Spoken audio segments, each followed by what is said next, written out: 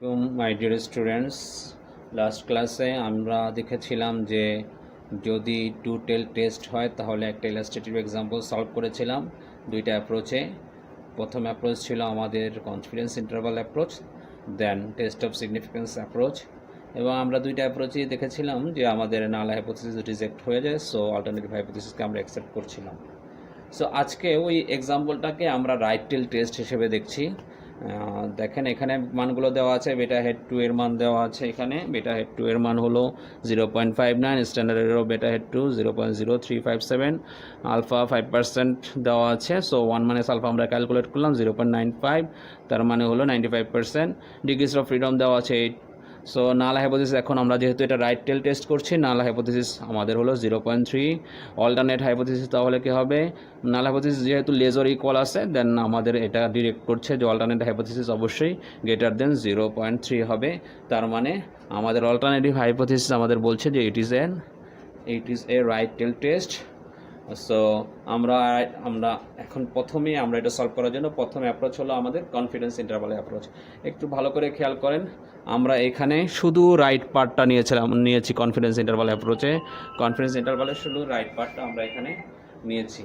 দেখেন, আমরা খেয়াল করেন, আমরা কিন্তু পুরো কনফিডেন্স ইন্টারভাল লিখিনি। Probability of beta 2 minus T alpha by 2, standard error of beta hat 2 lesser equal beta hat 2 lesser equal beta 2 minus, আমরা পুরোটা লিখি নেই, এখানে শুধু আমরা এই রাইট পার্টটা লিখেছিলাম, minus plus T alpha by 2 standard error of beta hat 2। এই যে পুরো পার্টটা আমরা না লিখে কনফিডেন্স ইন্টারভালের আমরা শুধু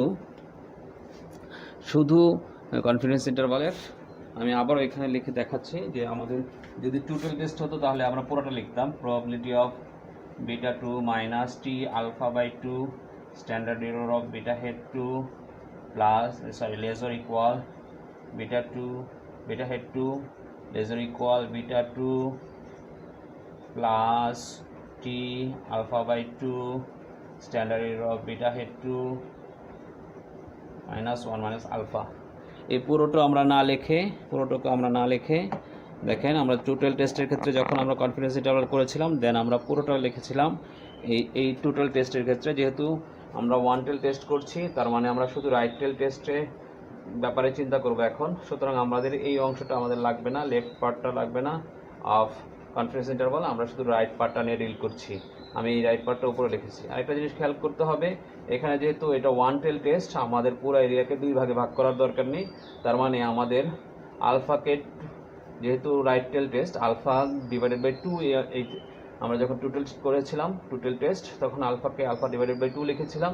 এখন শুধু আলফা লিখছি, যেহেতু it is an one tail test and right tail test. So আমরা কনফিডেন্স ইন্টারভালের রাইট পার্টটা শুধু নিলাম, লেফট পার্ট পুরোপুরি বাদ দিয়ে দিলাম। এবং আলফা বাই 2 আমাদের যেহেতু পুরো এরিয়াকে এখন আর দুই ভাগ করার দরকার নেই, আমরা পুরো এরিয়াকে শুধু টোটাল এরিয়া আলফা হিসেবে ধরছি। সুতরাং দুইটা জিনিস খেয়াল করতে হবে যে যেহেতু রাইট টেল টেস্ট, আমরা কনফিডেন্স ইন্টারভালের শুধু রাইট পার্টটাই নিব, এবং আমাদের আলফা বাই 2 আর এখানে লেখার দরকার নেই, যেহেতু পুরো এরিয়াটাকে একটা ওয়ান টেল টেস্ট হিসেবে আমরা ধরছি। সো এখানে শুধু আলফা থাকবে। তো এই জিনিসটা খুব নোটিস করতে হবে। তাহলে আমরা রাইট টেল টেস্টের ক্ষেত্রে কনফিডেন্স ইন্টারভালের জাস্ট বেটা হেড 2 এর রাইট পার্ট, পরের থেকে রাইট পার্টটা নিব, এবং আলফা বাই 2 না লিখে শুধু আলফা লিখব। ঠিক লেফট টেল টেস্ট যখন আমরা করব, কনফিডেন্স ইন্টারভালের লেফট পার্টটা নিব, আলফা বাই 2 না লিখে শুধু আলফা লিখব। সো আমরা যদি এখন ভ্যালু বসিয়ে দিতে থাকি, আমি এগুলাকে একটু মুছে নিচ্ছি, ভ্যালু বসাতে থাকি, তাহলে আমাদের কনফিডেন্স ইন্টারভালের মান কত আসবে। সো আমরা প্রবাবিলিটি বিটা হেড 2, তো আমাদেরকে এস্টিমেট করতে হবে। দেন আমাদের বিটা 2 এর মান 0.3 প্লাস টি আলফা, আমরা যদি টেবিল D.2তে দেখি, দেন টেবিল D.2 এর ডিগ্রিস অফ ফ্রিডম 8-এ, এবং এখন যেহেতু আলফা 0.05, যেহেতু আলফা বাই 2 করতে হবে না, 0.05 থেকে আমাদের বের করতে হবে। সো ডিগ্রিস অফ ফ্রিডম 8-এ আলফা 0.05-এ এখন আমাদের মান 1.8 সামথিং, এটাই আসবে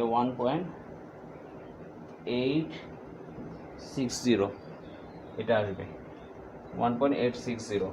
সো আমরা এটার মানটা বসিয়ে দিই 1.860। দেন আমরা standard error of beta hat 2 এর মান আমরা জানি, সেটা হলো 0.035।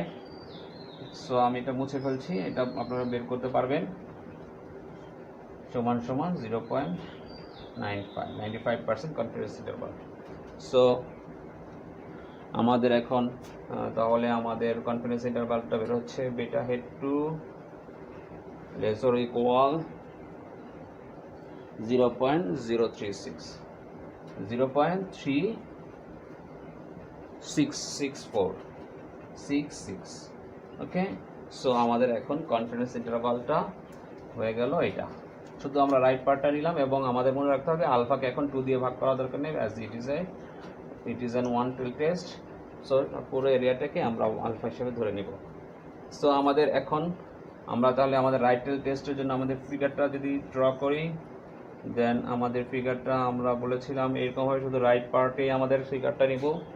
সো আমাদের ম্যাক্সিমাম লিমিট এখানে তো আমাদের আছে 0.3, পুরো এরিয়াটাই আমাদের এখন অ্যাকসেপ্টেন্স এরিয়া, পুরো আলফা এরিয়াটাই, আর আমাদের রেঞ্জ হলো 0.366। সো এরপরে যে এরিয়াটা থাকবে সেটা আমাদের রিজেক্টেড এরিয়া। সো এটা আমাদের রিজেক্টেড এরিয়া। তো আমাদের অ্যাকচুয়াল বেটা হেড 2 এর মান কত? আমাদের অ্যাকচুয়াল বেটা হেড 2 এর মান হলো 0.59। দেখেন 0.59 আমার কনফিডেন্স ইন্টারভাল, অর্থাৎ 0.366 এর পরে, অর্থাৎ রিজেকশন এরিয়ার মধ্যে পড়ে গেছে। সো আমরা বলছি যে আমাদের null hypothesis H not beta head 2 is less or equal 0.3 is rejected. So we take the alternate hypothesis, that is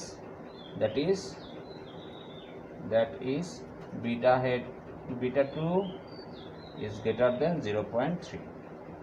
আমরা তাহলে এটা বলতে পারছি beta 2 0.3 এর চেয়ে বেশি হবে। সো অ্যাকর্ডিং টু রাইটেল টেস্ট আমরা দেখলাম যে what is confidence interval approach এবং কিভাবে আমরা আমাদের অ্যাকসেপ্টেন্স অর রিজেকশন বের করছি। সো এবার আমরা দেখব test of significance approach. Test of significance approach similar, আমরা টি ভ্যালুটা বের করব। টেস্ট অফ সিগনিফিকেন্স, এটা আমাদের 2 number approach, test of significance approach. So test of significance অ্যাপ্রোচে আমরা জাস্ট আমাদের টি ক্যালকুলেটেড ভ্যালুটা বের করব, টি ক্যালকুলেটেড। সো টি ক্যালকুলেটের জন্য আমাদের ফর্মুলা কি? Beta hat 2 minus beta 2 divided by standard error of beta hat 2।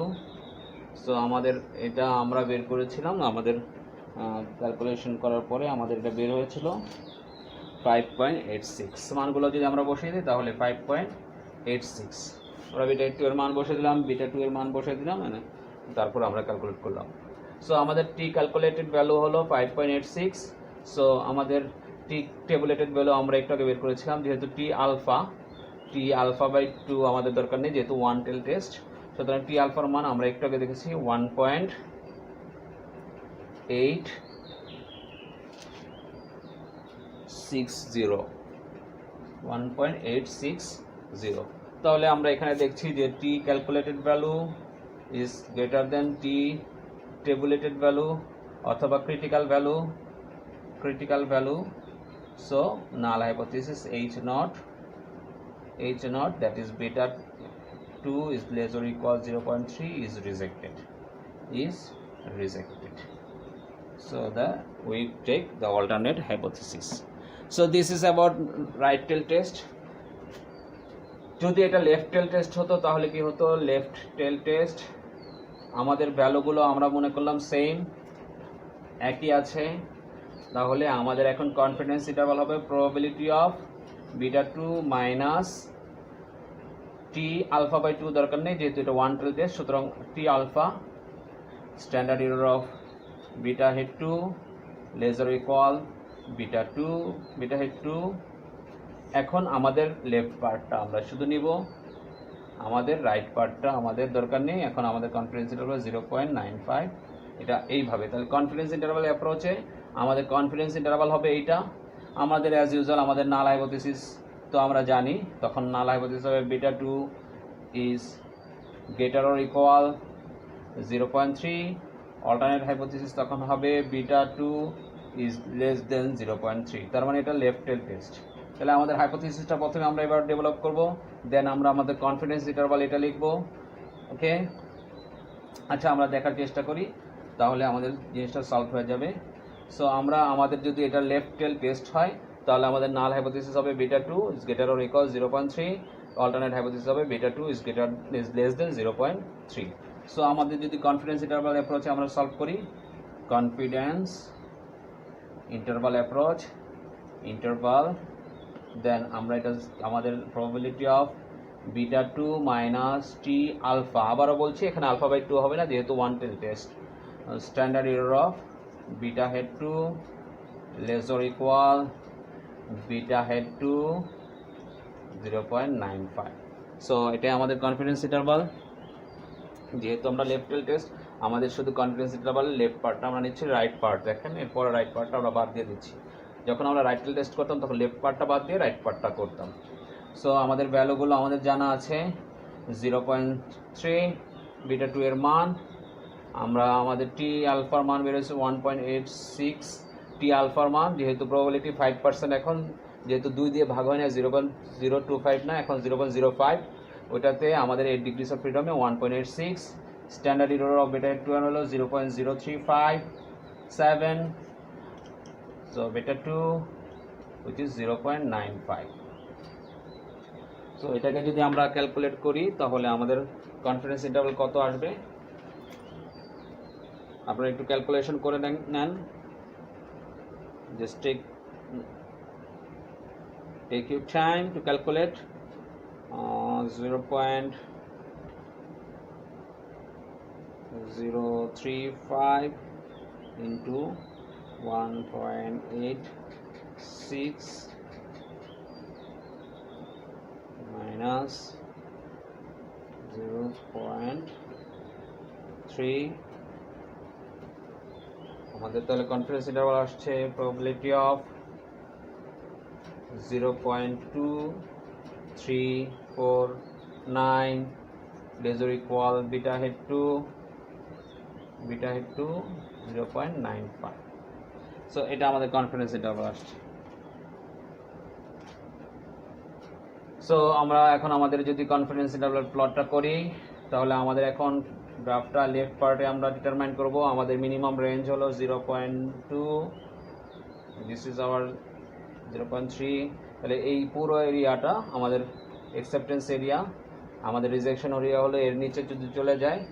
So আমাদের অ্যাকচুয়াল বিটা 2 এর মান আমরা জানি যে আমাদের অ্যাকচুয়াল বিটা 2 এর মান আসতেছে, অ্যাকচুয়াল বিটা 2 এর মান আমরা জানি আমাদের অ্যাকচুয়াল বিটা 2 এর মান 0.02 এর চেয়ে অনেক বেশি, তার মানে আমাদের অ্যাকচুয়াল বিটা 2 এর মান হলো 0.59 বিটা হেড 2 এর মান। সো এই 0.59 এখন কোথায় পড়ছে, অ্যাকসেপ্টেন্স এরিয়ার মধ্যে পড়ছে, 0.59 এখন অ্যাকসেপ্টেন্স এরিয়ার মধ্যে পড়ছে, যেহেতু রিজেকশন এরিয়া হলো 0.2 এর নিচে, তো 0.59 এখন কোথায় পড়ছে, অ্যাকসেপ্টেন্স এরিয়ার মধ্যে পড়ছে। সো আমরা according to left tail test আমরা বলতে পারি যে আমাদের নাল হাইপোথিসিস ইজ অ্যাকসেপ্টেড, তার মানে আমাদের অল্টারনেট হাইপোথিসিস আমরা নাল হাইপোথিসিসকে অ্যাকসেপ্ট করছি, তার মানে আমাদের বিটা 2 এর মান, দ্যাট মিন্স বিটা 2 এর মান 0.3 এর বড় অথবা সমান হবে। এক্ষেত্রে আমরা আমাদের নাল হাইপোথিসিসকে অ্যাকসেপ্ট করছি, যেহেতু আমাদের রিজেকশন এরিয়া এখন 0.2 এর নিচে পরে কম, আর 0.2 এর উপরে যদি যায় যে কোনো এরিয়াতে আমরা আমাদের নাল হাইপোথিসিস অ্যাকসেপ্ট করছি। সো বিটা হেড 2 এর মান যেহেতু 0.59, 0.2 এর চেয়ে অনেক বেশি, সো আমরা আমাদের according to left tail test আমরা আমাদের নাল হাইপোথিসিসকে অ্যাকসেপ্ট করছি, তার মানে আমরা বলছি যে beta 2 is greater or equal 0.3। Okay, so this is confidence interval approach. এখন আমরা যদি টেস্ট অফ সিগনিফিক্যান্স অ্যাপ্রোচে যাই তাহলে কি হবে, রিমেম্বার টেস্ট অফ সিগনিফিকেন্স অ্যাপ্রোচে যদি যাই আমরা, দেন আমাদের টি ক্যালকুলেটেড ভ্যালু আগে বের করতে হবে। টি ক্যালকুলেটেড ভ্যালু আমরা জানি beta hat 2 minus beta 2 standard error of beta hat 2। So এটা সমান সমান আমাদের জানি 5.8। ওকে, দেন আমাদের টি টেবুলেটেড ভ্যালু আমরা জানি টি আলফা বাই 2। এখন হবে না, শুধু আলফা হবে। দিস ইজ আমাদের টেবিল থেকে, এটা টেবিল থেকে ফ্রম টেবিল, এটা টি আলফা মানে এটা ফ্রম টেবিল। আমাদের এখন যেহেতু এটা লেফটেল টেস্ট হলে অবশ্যই আমাদের টি আলফার মান নেগেটিভ আসবে -1.86 যেহেতু আমরা লেফটেল টেস্ট হিসেবে চিন্তা করছি, তো এটাকে আমরা মাইনাস ধরে নেব। তো আমাদের অ্যাকচুয়াল ভ্যালু হলো 5.8 আর টেবুলেটেড ভ্যালু হলো -1.86 as it is left tail test. কারণ আমরা জানি লেফটেল টেস্টে আমাদের probability beta 2 minus T alpha by 2 ছিল, সরি টি আলফা ছিল, standard error of beta hat 2 less or equal beta 2 সমান 1 minus alpha. This is our confidence interval. So আমরা দেখছি এখানে টি ভ্যালুটা যেটা টেবুলেটেড ভ্যালু এটার আগে মাইনাস আছে, সো যে আমরা লেফটেল টেস্টের ক্ষেত্রে টি ভ্যালু পাবো সেটা অবশ্যই আমাদের নেগেটিভ ভ্যালু শো করবে। সো এখানে তাহলে আমাদের টি টেবিল অনুযায়ী আমাদের বা টি টেস্ট অনুযায়ী আমাদের ডিসিশন রুলটা কি হবে? According to left tail test, if t calculated value is less than t tabulated value, critical value is less than t critical but tabulated value, then we reject H0 বা null hypothesis। তাহলে in case of left-tail টেস্টের ক্ষেত্রে টি value বা test of significance অ্যাপ্রোচের নিয়ম হলো যে যদি calculated value tabulated ভ্যালুর চেয়ে কম হয়। রাইট টেল টেস্টের ক্ষেত্রে কিন্তু গ্রেটার দেন দিয়েছিলাম আমরা, আর টু টেল টেস্টের ক্ষেত্রে আমরা গ্রেটার দেন দিয়েছিলাম in absolute term. So left tail টেস্টের ক্ষেত্রে আমাদের অবশ্যই t calculated value t tabulated ভ্যালুর চেয়ে কম হতে হবে টু রিজেক্ট নাল হাইপোথিসিস। তাহলে আমরা এখানে দেখছি যে t calculated value is not less than, বরং গ্রেটার দেন। তার মানে আমাদের এই ক্রাইটেরিয়া অনুযায়ী আমাদের কি হচ্ছে, নাল hypothesis is not is accepted হচ্ছে। কেন? কারণ আমাদের উল্টো হয়ে যাচ্ছে। রিজেকশনের যে নিয়ম যে টি ক্যালকুলেটেড টি ক্রিটিক্যাল ভ্যালুর চেয়ে ছোট হতে হবে, আমাদের এখানে দেখেন টি ক্রিটিক্যাল ভ্যালু অনেক কম, তার মানে ক্যালকুলেটেড ভ্যালু ক্রিটিক্যাল ভ্যালুর চেয়ে বড়, তার মানে আমাদের রিভার্স রিলেশনশিপ আসছে, আমরা রিজেক্ট করতে পারছি না, আমরা নাল হাইপোথিসিস অ্যাকসেপ্ট করব। তাহলে আমাদের মাথায় রাখতে হবে এই বিষয়টা যে ওয়ান টেল টেস্টের ক্ষেত্রে, রাইট টেল টেস্টের ক্ষেত্রে অবশ্যই টেস্ট অফ সিগনিফিকেন্সের ক্ষেত্রে টি ক্যালকুলেটেড ভ্যালু টেবুলেটেড ভ্যালুর চেয়ে গ্রেটার দেন হতে হবে টু রিজেক্ট নাল হাইপোথিসিস, আর লেফট টেল টেস্টের ক্ষেত্রে টি ক্যালকুলেটেড ভ্যালু টেবুলেটেড ভ্যালুর চেয়ে ছোট হতে হবে টু রিজেক্ট নাল হাইপোথিসিস। এইখানেই পার্থক্যটা মনে রাখতে হবে লেফট টেল টেস্টের ক্ষেত্রে এবং রাইট টেল টেস্টের ক্ষেত্রে। সো আমরা আমাদের ওয়ান টেল টেস্টটা দেখলাম, টু টেল টেস্ট আমরা দেখলাম। সো আমরা আমাদের একটা ডিসিশন টেবিল, আপনারা যদি বইয়ে 5.1 সেকশনটা দেখেন গুজরাটির বই, সেখানে দেখবেন টেবিল 5.1 যেখানে আমাদের একটা ডিসিশন টুল দেওয়া আছে, দেখবেন এখানে টি টেবিল দিয়ে। সো যদি রাইট টু টেল টেস্ট হয়, টু টেল টেস্ট হলে টেস্টের ক্ষেত্রে আমরা টি অ্যাবসোলিউট ভ্যালু মানে পজিটিভ নেগেটিভ হোক সবগুলোকে আমরা পজিটিভ ধরবো, must be greater than t critical value to reject H0। আমরা H0 কে রিজেক্ট করার জন্য আমাদের কি করতে হবে, টি ক্যালকুলেটেড ভ্যালুটা কি হতে হবে, অবশ্যই ইন অ্যাবসোলিউট টার্মে পজিটিভ ধরে নিব, নেগেটিভ হলেও আমরা পজিটিভ ধরে নিব। সো এটা কি হতে হবে, ক্রিটিক্যাল ভ্যালু বা টেবুলেটেড ভ্যালুর চেয়ে বড় হতে হবে। ক্রিটিক্যাল মানে CRI লিখছি ক্রিটিক্যাল, এটা হলো টেবুলেটেড ভ্যালু, টেবিল থেকে যে বক্স আমরা D.2 থেকে অ্যাপেন্ডিক্সের যেখান থেকে যে আলফার মান ধরে এবং ডিগ্রিস অফ ফ্রিডম ধরে বের করি। টোটাল টেস্টের ক্ষেত্রে এটা। রাইট টেল টেস্টের ক্ষেত্রে রাইট টেল টেস্টের ক্ষেত্রে আমাদের রুল অফ থাম্ব কি হবে, টি ভ্যালু দিয়ে t calculated value must be greater than t critical value বা tabulated value to reject null hypothesis. Left tail টেস্টের ক্ষেত্রে আমাদের t calculated value must be less than t critical value to reject null hypothesis. So এই তিনটা জিনিস আমাদের মাথায় রাখতে হবে যে আমরা টোটাল টেস্টের ক্ষেত্রে অবশ্যই বলছি যে টি অ্যাবসোলিউট ভ্যালু ইন অ্যাবসোলিউট টার্মে মাইনাস হোক অথবা প্লাস হোক, আমরা প্লাস ধরে আমরা দেখবো যে ক্যালকুলেটেড ভ্যালু টেবুলেটেড ভ্যালুর চেয়ে বড় কিনা। যদি বড় হয় তাহলে রিজেক্ট করবো নাল হাইপোথিসিস। রাইট টেল টেস্টের ক্ষেত্রে অবশ্যই t calculated value t tabulated ভ্যালুর চেয়ে বড় হতে হবে টু রিজেক্ট নাল হাইপোথিসিস। যদি না হয় তাহলে অ্যাকসেপ্ট করব। আর লেফট টেল টেস্টের ক্ষেত্রে টি ক্যালকুলেটেড ভ্যালু অবশ্যই টি ক্রিটিক্যাল বা টেবুলেটেড ভ্যালুর চেয়ে ছোট হতে হবে টু রিজেক্ট নাল হাইপোথিসিস।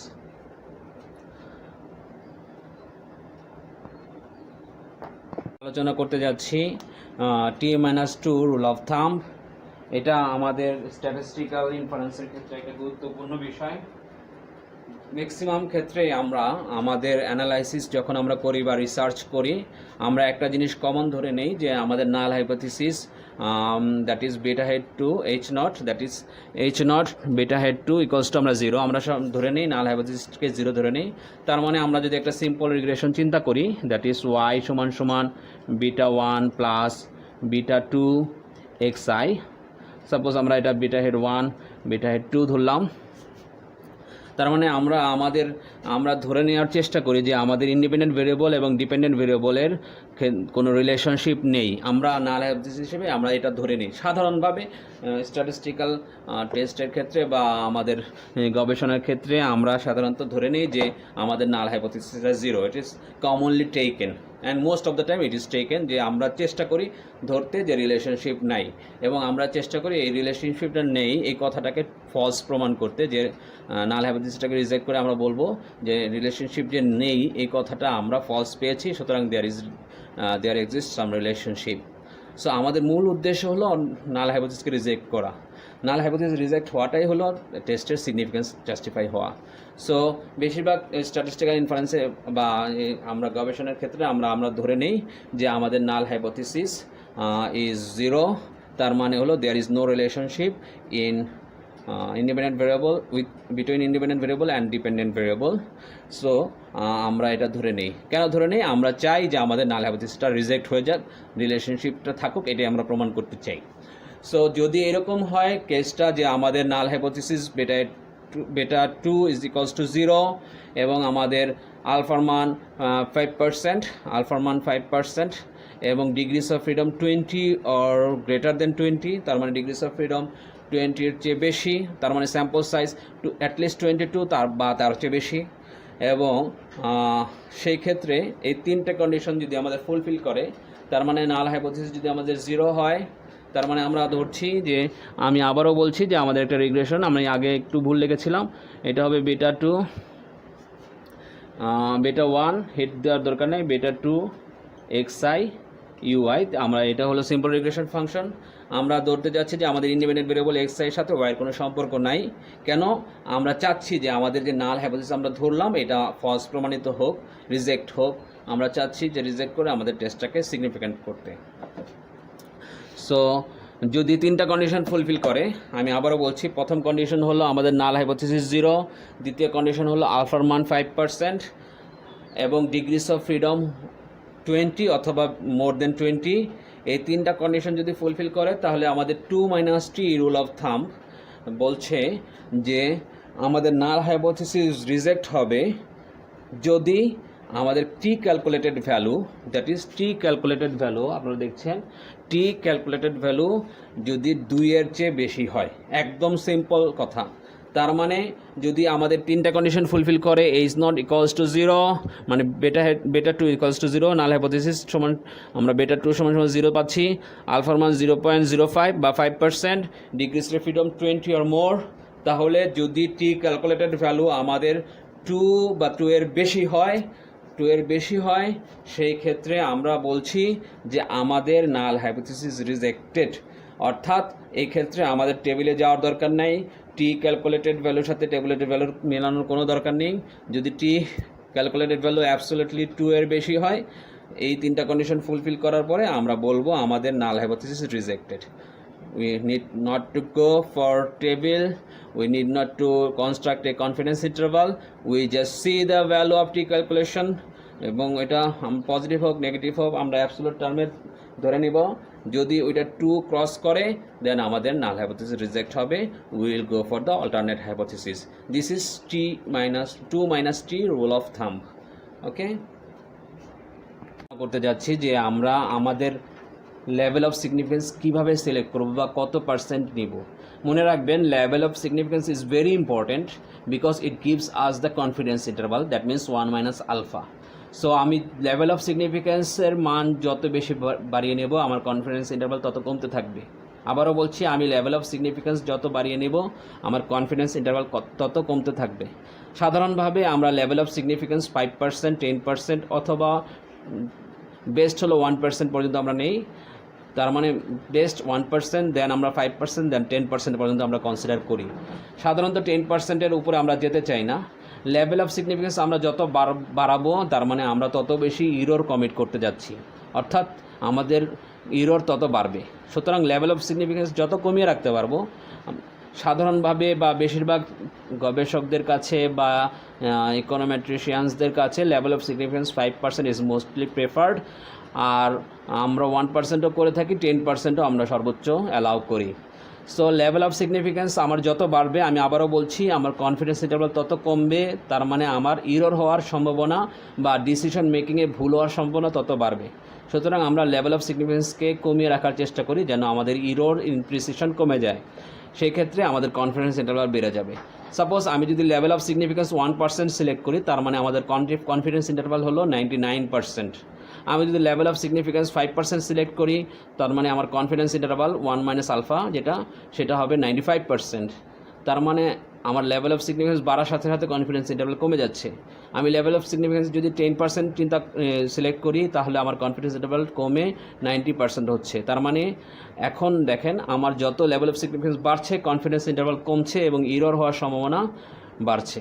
সুতরাং লেভেল অফ সিগনিফিকেন্স মোটামুটি 1% থেকে 5% রাখলেই বেস্ট আমরা স্ট্যাটিস্টিক্যাল ডিসিশন মেক করতে পারি। সো আমি বারবার কথা বলছিলাম যে আমাদের লেভেল অফ সিগনিফিকেন্স বাড়ার সাথে সাথে আমাদের কিন্তু ইরর হওয়ার সম্ভাবনা বাড়ে।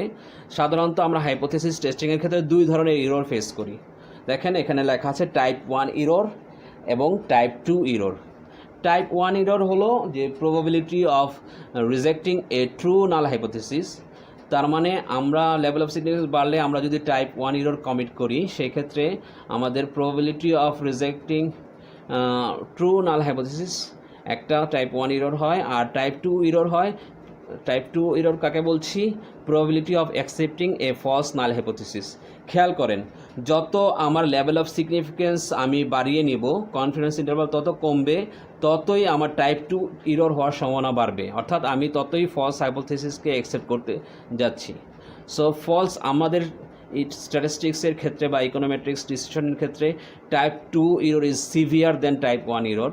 তার মানে টাইপ 1 ইরর আমরা কমিট করলে ততটুকু ক্ষতি হবে না যতটুকু ক্ষতি টাইপ 2 ইরর হলে হবে। সুতরাং লেভেল অফ সিগনিফিকেন্স আমরা যত বাড়িয়ে নিচ্ছি আমাদের টাইপ 2 ইরর কমিট করার সম্ভাবনা তত বাড়বে, এবং টাইপ 2 ইরর কমিট হলে আমরা কিন্তু ফলস জিনিসকে অ্যাকসেপ্ট করে নিব। সুতরাং আমাদের লেভেল অফ সিগনিফিকেন্স কমিয়ে ম্যাক্সিমাম 5% অথবা 10% পর্যন্ত আমরা যেতে পারি, সর্বোচ্চ বেস্ট হলো 5% পর্যন্ত রাখা। তো আজকের লেকচার এই পর্যন্তই।